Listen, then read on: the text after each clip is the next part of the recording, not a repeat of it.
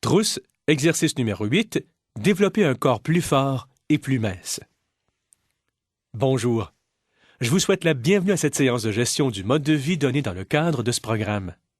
Avant de commencer, j'aimerais vous féliciter de nouveau d'avoir décidé de participer à ce programme et d'avoir franchi une autre étape importante en vue d'améliorer votre santé, d'atteindre votre poids idéal et de vous mettre en forme.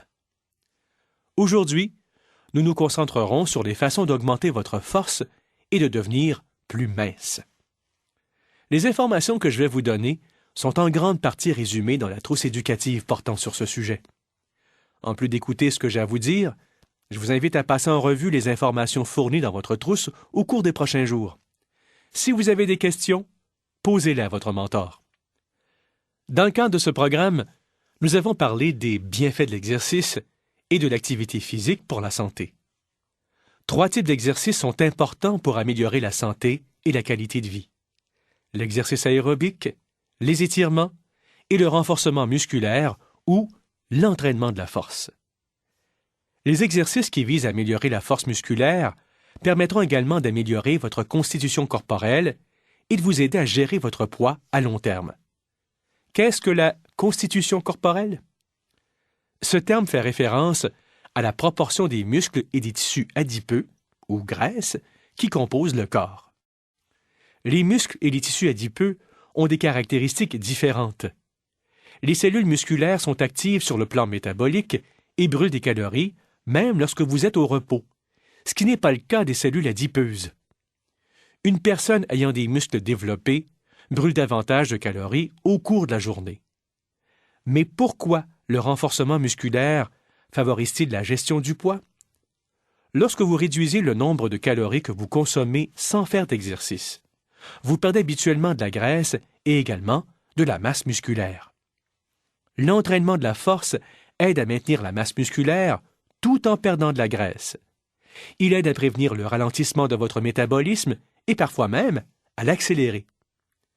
L'entraînement de la force a également d'autres effets positifs.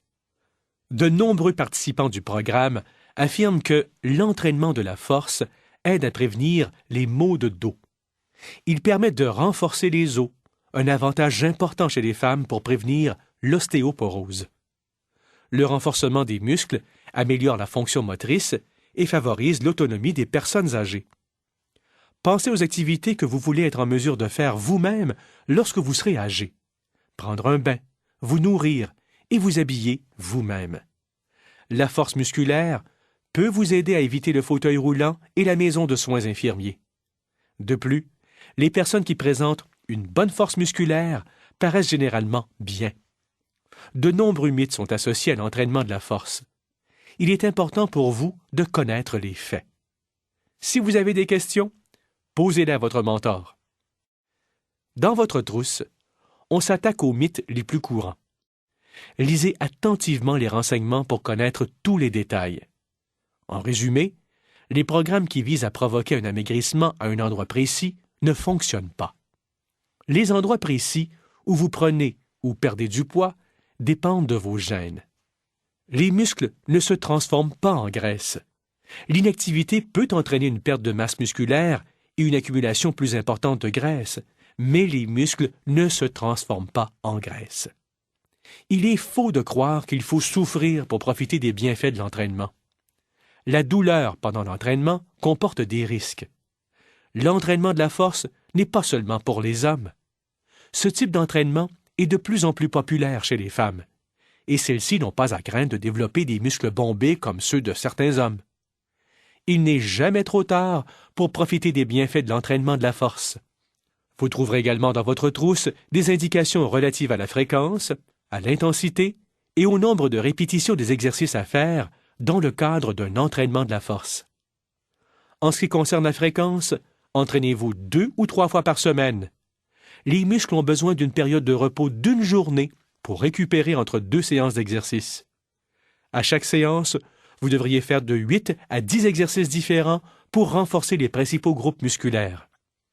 Pour ce qui est de l'intensité, utilisez l'échelle de perception de l'effort pour évaluer le niveau de difficulté de votre entraînement.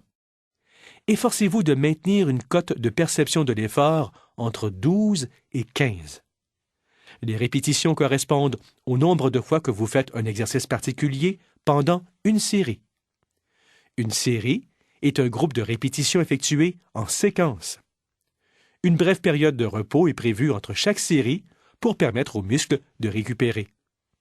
Si vous avez moins de 50 ans, faites au moins une série de 8 à 12 répétitions de chaque exercice à chaque entraînement. Si vous avez plus de 50 ans, avez une santé fragile ou êtes atteint d'une maladie cardiovasculaire, vous devriez faire de 10 à 15 répétitions en utilisant des poids plus légers. Vous pouvez suivre le principe de la progression pour augmenter graduellement la charge de travail dans le but de continuer d'améliorer votre force. Après un certain temps, votre force se stabilisera ou atteindra un plateau. Lorsque vous atteignez ce point, votre objectif devrait être de maintenir la force que vous avez déjà développée. Dans une autre trousse éducative, on vous fournira un programme personnalisé d'entraînement de la force.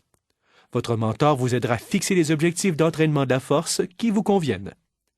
Voilà ce qui conclut ce que je voulais vous dire aujourd'hui.